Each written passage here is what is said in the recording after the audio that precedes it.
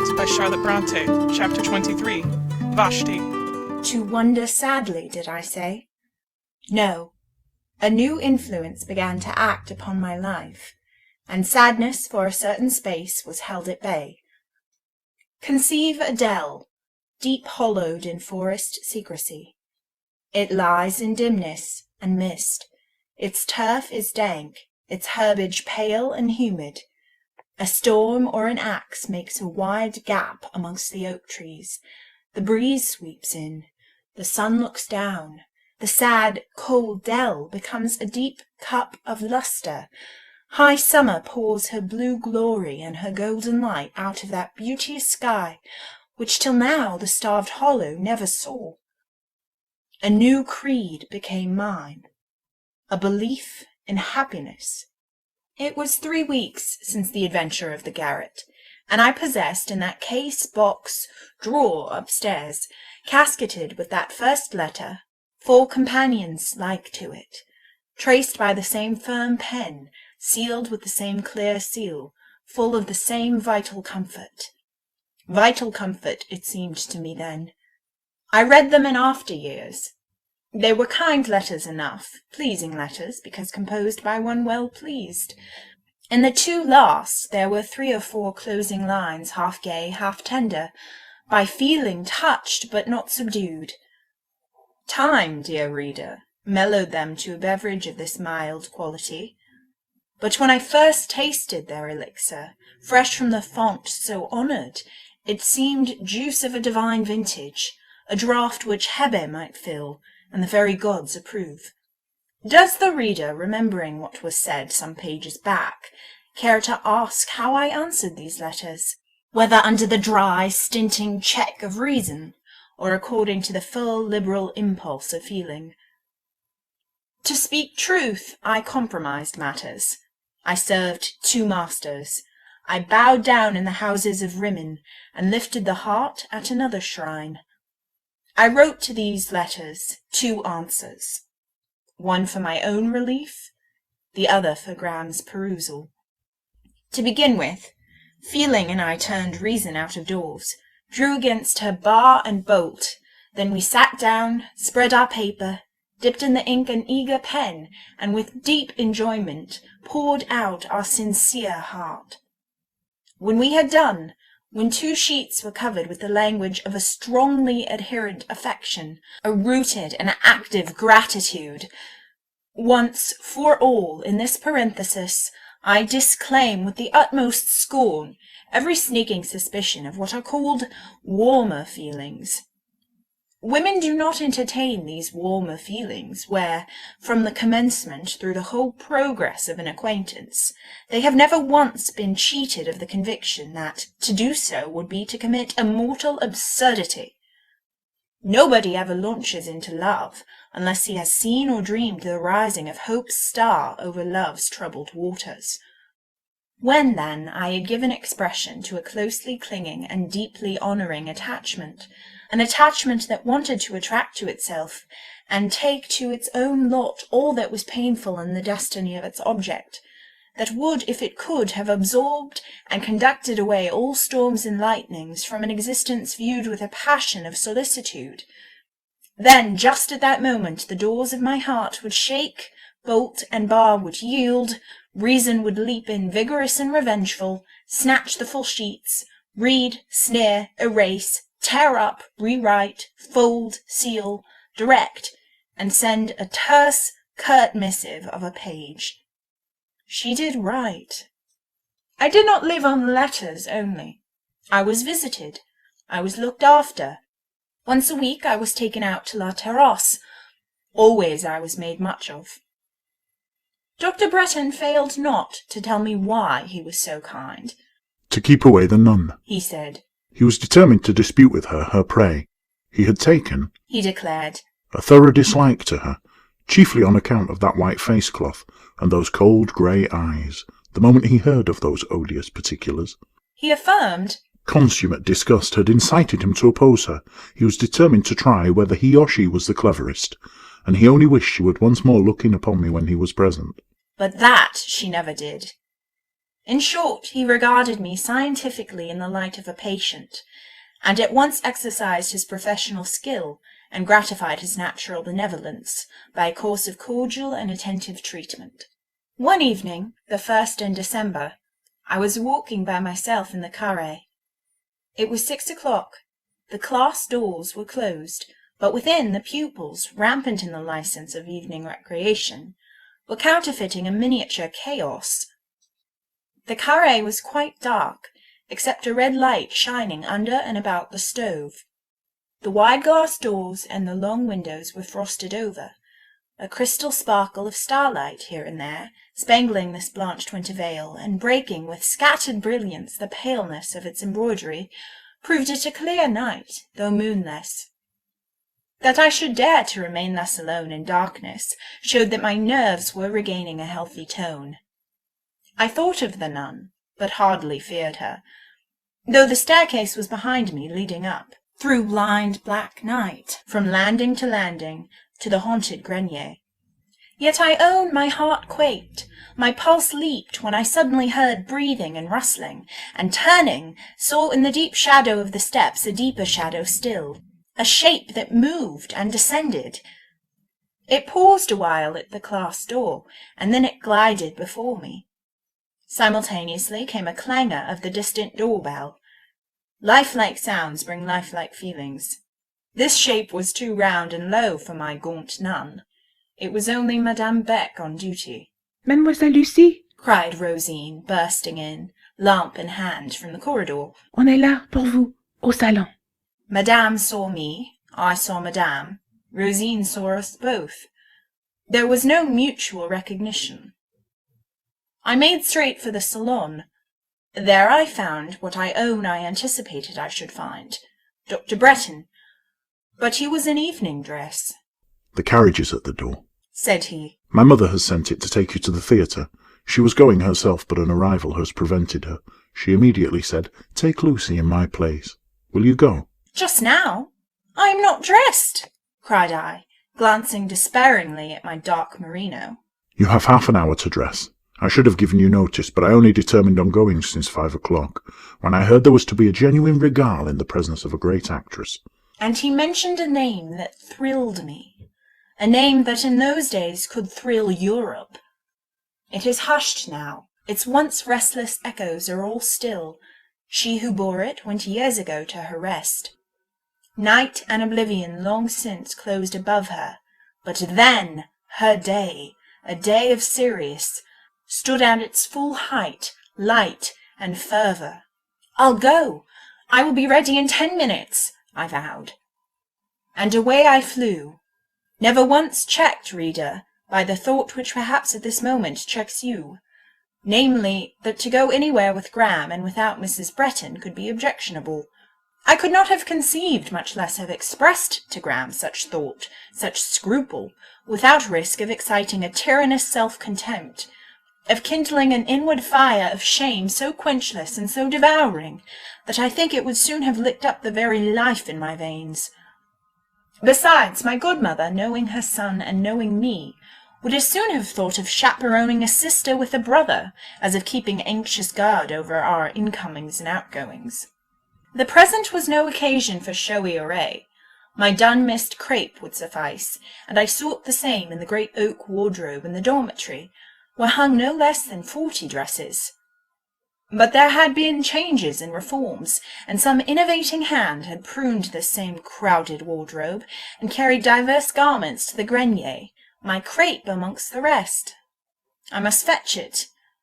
I got the key and went aloft, fearless, almost thoughtless. I unlocked the door, I plunged in. The reader may believe it or not, but when I thus suddenly entered, that garret was not wholly dark as it should have been. From one point there shone a solemn light, like a star, but broader. So plainly it shone that it revealed the deep alcove with a portion of the tarnished scarlet curtain drawn over it. Instantly, silently, before my eyes it vanished. So did the curtain and alcove. All that end of the garret became black as night. I ventured no research. I had not time nor will. Snatching my dress, which hung on the wall, happily near the door, I rushed out, relocked the door with convulsed haste, and darted downwards to the dormitory. But I trembled too much to dress myself. Impossible to arrange hair or fasten hooks and eyes with such fingers, so I called Rosine and bribed her to help me. Rosine liked a bribe, so she did her best, smoothed and plaited my hair as well as a coiffeur would have done, placed the lace collar mathematically straight, tied the neck ribbon accurately, in short, did her work like the neat-handed Phyllis she could be when she chose. Having given me my handkerchief and gloves, she took the candle and lighted me downstairs. After all, I had forgotten my shawl. She ran back to fetch it, and I stood with Dr. John in the vestibule, waiting. "What is this, Lucy?" said he, looking down at me narrowly. "Here is the old excitement. Ha! The nun again." But I utterly denied the charge. I was vexed to be suspected of a second illusion. He was sceptical. "She has been, as sure as I live," said he. "Her figure crossing your eyes leaves on them a particular gleam and expression not to be mistaken." "She has not been," I persisted, for indeed I could deny her apparition with truth. "The old symptoms are there," he affirmed. "a particular pale, and what the Scotch call a raised look." He was so obstinate, I thought it better to tell him what I really had seen. Of course, with him it was held to be another effect of the same cause. It was all optical illusion, nervous malady, and so on. Not one bit did I believe him, but I dared not contradict. Doctors are so self-opinionated, so immovable in their dry, materialist views. Rosine brought the shawl, and I was bundled into the carriage. The theatre was full, crammed to its roof. Royal and noble were there. Palace and hotel had emptied their inmates into those tiers so thronged and so hushed. Deeply did I feel myself privileged in having a place before that stage. I longed to see a being of whose powers I had heard reports which made me conceive peculiar anticipations. I wondered if she would justify her renown. With strange curiosity, with feelings severe and austere, yet of riveted interest, I waited. She was a study of such nature as had not encountered my eyes yet. A great and new planet she was, but in what shape? I waited her rising. She rose at 9 that December night. Above the horizon I saw her come. She could shine yet with pale grandeur and steady might, but that star verged already on its judgment day. Seen near, it was a chaos, hollow, half consumed, an orb perished or perishing, half lava, half glow. I have heard this woman termed plain, and I expected bony harshness and grimness, something large, angular, sallow. What I saw was the shadow of a royal Vashti, a queen, fair as the day once, turned pale now like twilight, and wasted like wax and flame. For a while, a long while, I thought it was only a woman, though an unique woman, who moved in might and grace before this multitude. By and by I recognized my mistake. Behold, I found upon her something neither of woman nor of man. In each of her eyes sat a devil. These evil forces bore her through the tragedy, kept up her feeble strength, for she was but a frail creature, and as the action rose and the stir deepened, how wildly they shook her with the passions of the pit. They wrote hell on her straight, haughty brow. They turned her voice to the note of torment. They writhed her regal face to a demoniac mask. Hate and murder and madness incarnate she stood. It was a marvellous sight, a mighty revelation. It was a spectacle low, horrible, immoral. Swordsmen thrust through and dying in their blood on the arena sand. Bulls goring horses disembowelled, made a meeker vision for the public, a milder condiment for people's palate, than Vashti torn by 7 devils, devils which cried sore and rent the tenement they haunted but still refused to be exorcised. Suffering had struck that stage empress, and she stood before her audience neither yielding to, nor enduring, nor, in finite measure, resenting it. She stood locked in struggle, rigid in resistance. She stood not dressed but draped in pale antique folds, long and regular like sculpture. A background and entourage and flooring of deepest crimson threw her out, white like alabaster, like silver, rather be it said, like death. Where was the artist of the Cleopatra? Let him come and sit down and study this different vision. Let him seek here the mighty brawn, the muscle, the abounding blood, the full-fed flesh he worshipped. Let all materialists draw nigh and look on. I have said that she does not resent her grief. No, the weakness of that word would make it a lie. To her, what hurts becomes immediately embodied. She looks on it as a thing that can be attacked, worried down, torn in shreds. Scarcely a substance herself, she grapples to conflict with abstractions. Before calamity she's a tigress. She rends her woes, shivers them in convulsed abhorrence. Pain for her has no result in good. Tears water no harvest of wisdom. On sickness, on death itself, she looks with the eye of a rebel. Wicked, perhaps, she is, but also she is strong, and her strength has conquered beauty, has overcome grace, and bound both at her side, captives peerlessly fair and docile as fair.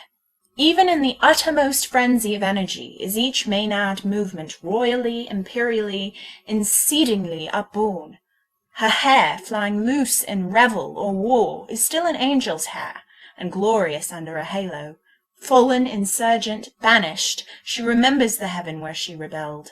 Heaven's light, following her exile, pierces its confines, and discloses their forlorn remoteness. Place now the Cleopatra, or any other slug, before her as an obstacle, and see her cut through the pulpy mass as the scimitar of Saladin clove the down cushion.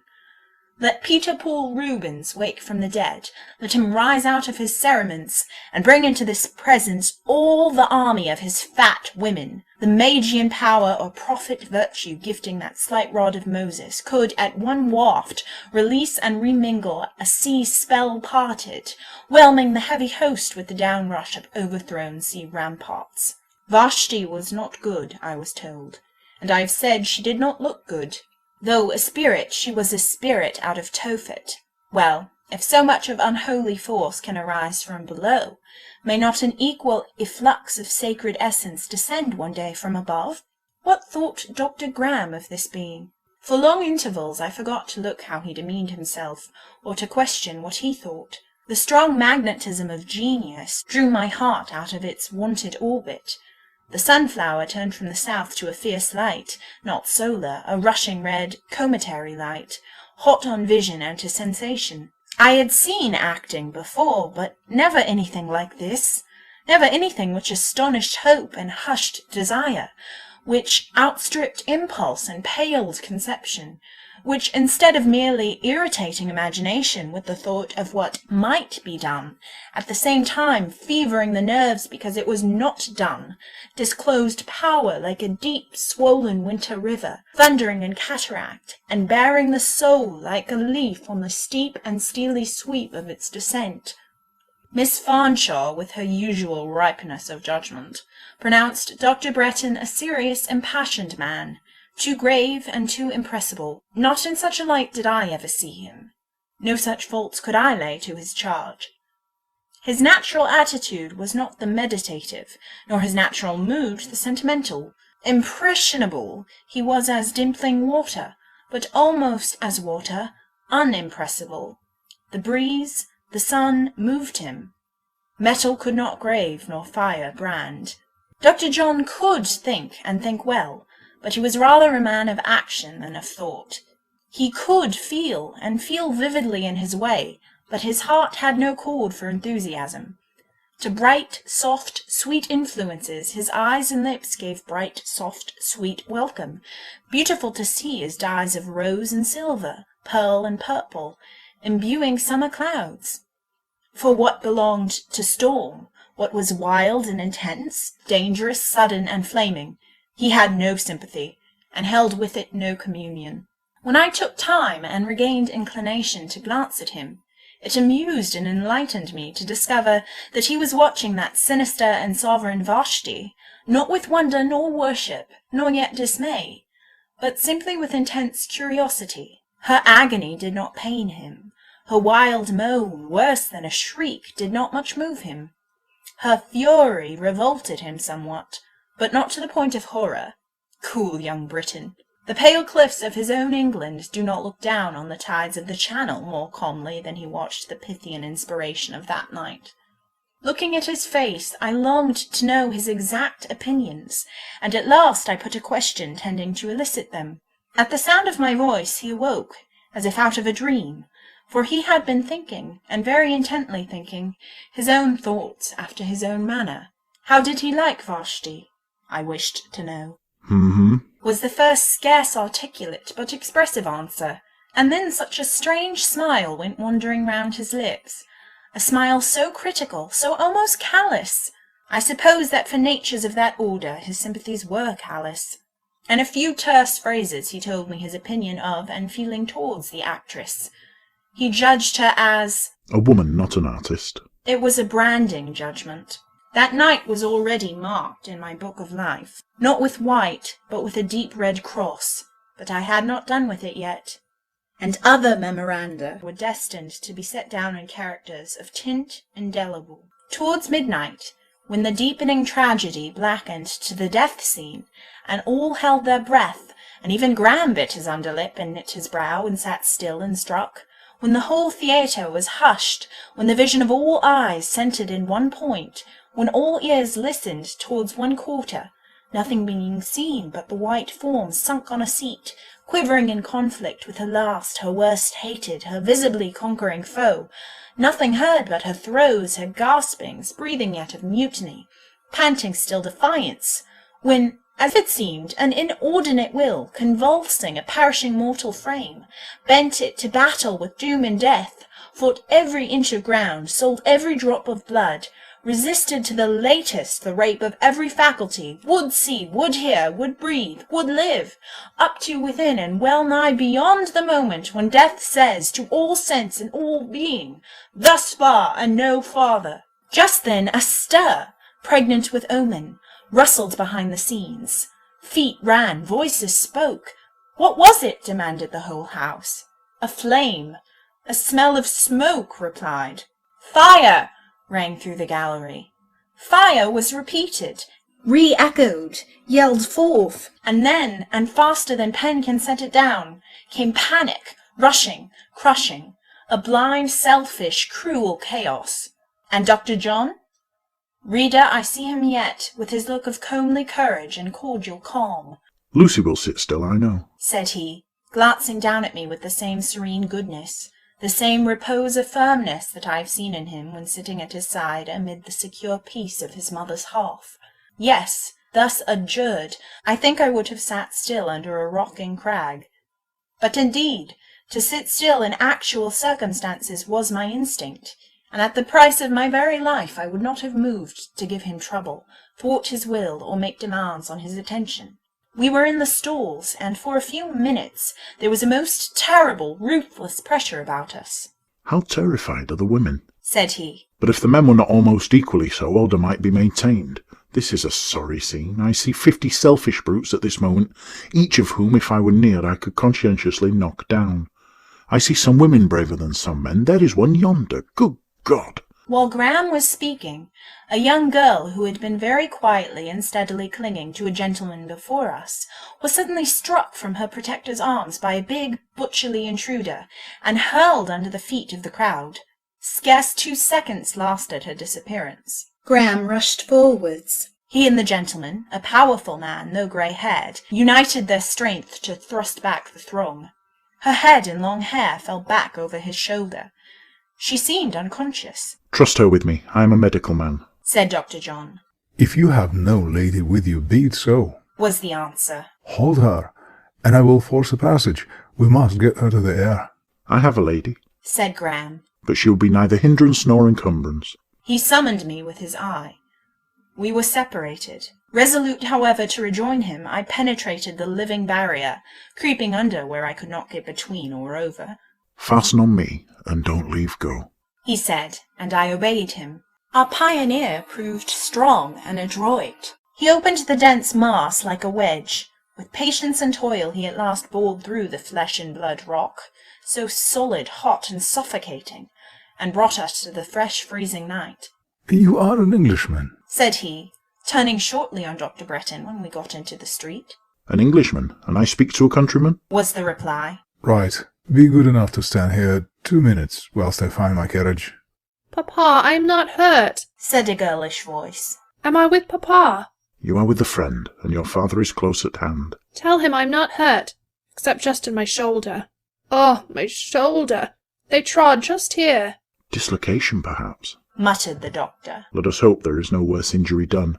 Lucy, lend a hand one instant. And I assisted while he made some arrangement of drapery in position for the ease of his suffering burden. She suppressed a moan and lay in his arms quietly and patiently. She's very light. Said Graham. Like a child. And he asked in my ear. Is she a child, Lucy? Did you notice her age? I am not a child. I am a person of 17, responded the patient, demurely and with dignity. Then, directly after, Tell Papa to come. I get anxious. The carriage drove up. Her father relieved Graham, but in the exchange from one bearer to another she was hurt, and moaned again. My darling, said the father tenderly. Then turning to Graham, you said, sir, you are a medical man? I am. Dr. Bretton, of La Terrasse. Good. Will you step into my carriage? My own carriage is here. I will seek it and accompany you. Be pleased, then, to follow us. And he named his address. The Hotel Crécy, in the Rue Crécy. We followed. The carriage drove fast. Myself and Graham were silent. This seemed like an adventure. Some little time being lost in seeking our own equipage, we reached the hotel perhaps about 10 minutes after these strangers. It was an hotel in the foreign sense, a collection of dwelling houses, not an inn, a vast lofty pile with a huge arch to its street door, leading through a vaulted covered way into a square all built round. We alighted, passed up a wide, handsome public staircase, and stopped at numero 2 on the second landing, the first floor comprising the abode of I know not what Prince Roos, as Graham informed me. On ringing the bell at a second great door, we were admitted to a suite of very handsome apartments. Announced by a servant in livery, we entered a drawing-room, whose hearth glowed with an English fire, and whose walls gleamed with foreign mirrors. Near the hearth appeared a little group, a slight form sunk in a deep arm-chair, 1 or 2 women busy about it, the iron-grey gentleman anxiously looking on. Where is Harriet? I wish Harriet would come to me, said the girlish voice faintly. Where is Mrs. Hurst? Demanded the gentleman impatiently, and somewhat sternly of the manservant who had admitted us. I am sorry to say she has gone out of town, sir. My young lady gave her leave till tomorrow. Yes, I did. She's gone to see her sister. I said she might go. I remember now, interposed the young lady. But I'm so sorry, for Manon and Louison cannot understand a word I say, and they hurt me without meaning to do so. Dr. John and the gentleman now interchanged greetings, and while they passed a few minutes in consultation, I approached the easy-chair, and seeing what the faint and sinking girl wished to have done, I did it for her. I was still occupied in the arrangement when Graham drew near.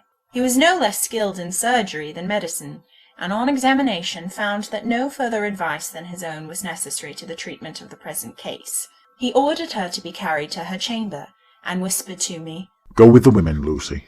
They seem but dull. You can at least direct their movements, and thus spare her some pain. She must be touched very tenderly. The chamber was a room shadowy with pale blue hangings, vaporous with curtainings and veilings of muslin. The bed seemed to me like snowdrift and mist, spotless, soft, and gauzy. Making the women stand apart, I undressed their mistress, without their well-meaning but clumsy aid. I was not in a sufficiently collected mood to note with separate distinctness every detail of the attire I removed, but I received a general impression of refinement, delicacy, and perfect personal cultivation, which, in a period of afterthought, offered in my reflections a singular contrast to notes retained of Miss Ginevra Fanshawe's appointments. The girl was herself a small, delicate creature, but made like a model. As I folded back her plentiful yet fine hair, so shining and soft and so exquisitely tended, I had under my observation a young, pale, weary, but high-bred face. The brow was smooth and clear, the eyebrows were distinct but soft, and melting to a mere trace at the temples. The eyes were a rich gift of nature, fine and full, large, deep, seeming to hold dominion over the slighter subordinate features, capable probably of much significance at another hour and under other circumstances than the present, but now languid and suffering. Her skin was perfectly fair, the neck and hands veined finely like the petals of a flower. A thin glazing of the ice of pride polished this delicate exterior, and her lip wore a curl, I doubt not inherent and unconscious, but which, if I had seen it first with the accompaniments of health and state, would have struck me as unwarranted, and proving in the little lady a quite mistaken view of life and her own consequence.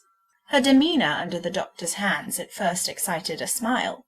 It was not puerile, rather on the whole patient and firm, but yet once or twice she addressed him with suddenness and sharpness, saying that he hurt her, and must contrive to give her less pain.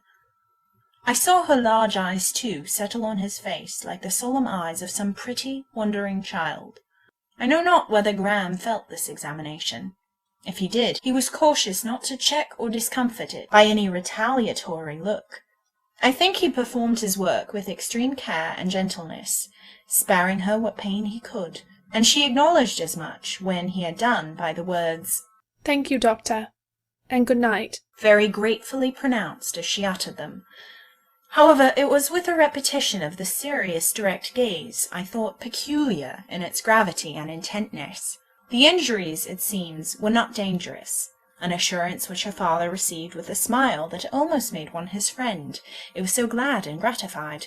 He now expressed his obligations to Graham with as much earnestness as was befitting an Englishman addressing one who had served him, but as yet a stranger.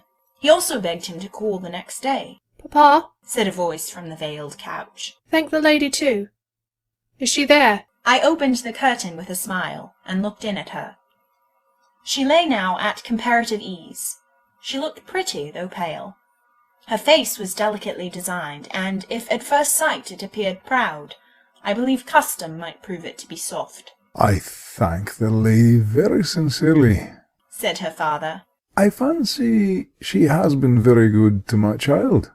I think we scarcely dare tell Mrs. Hurst, who has been her substitute and done her work.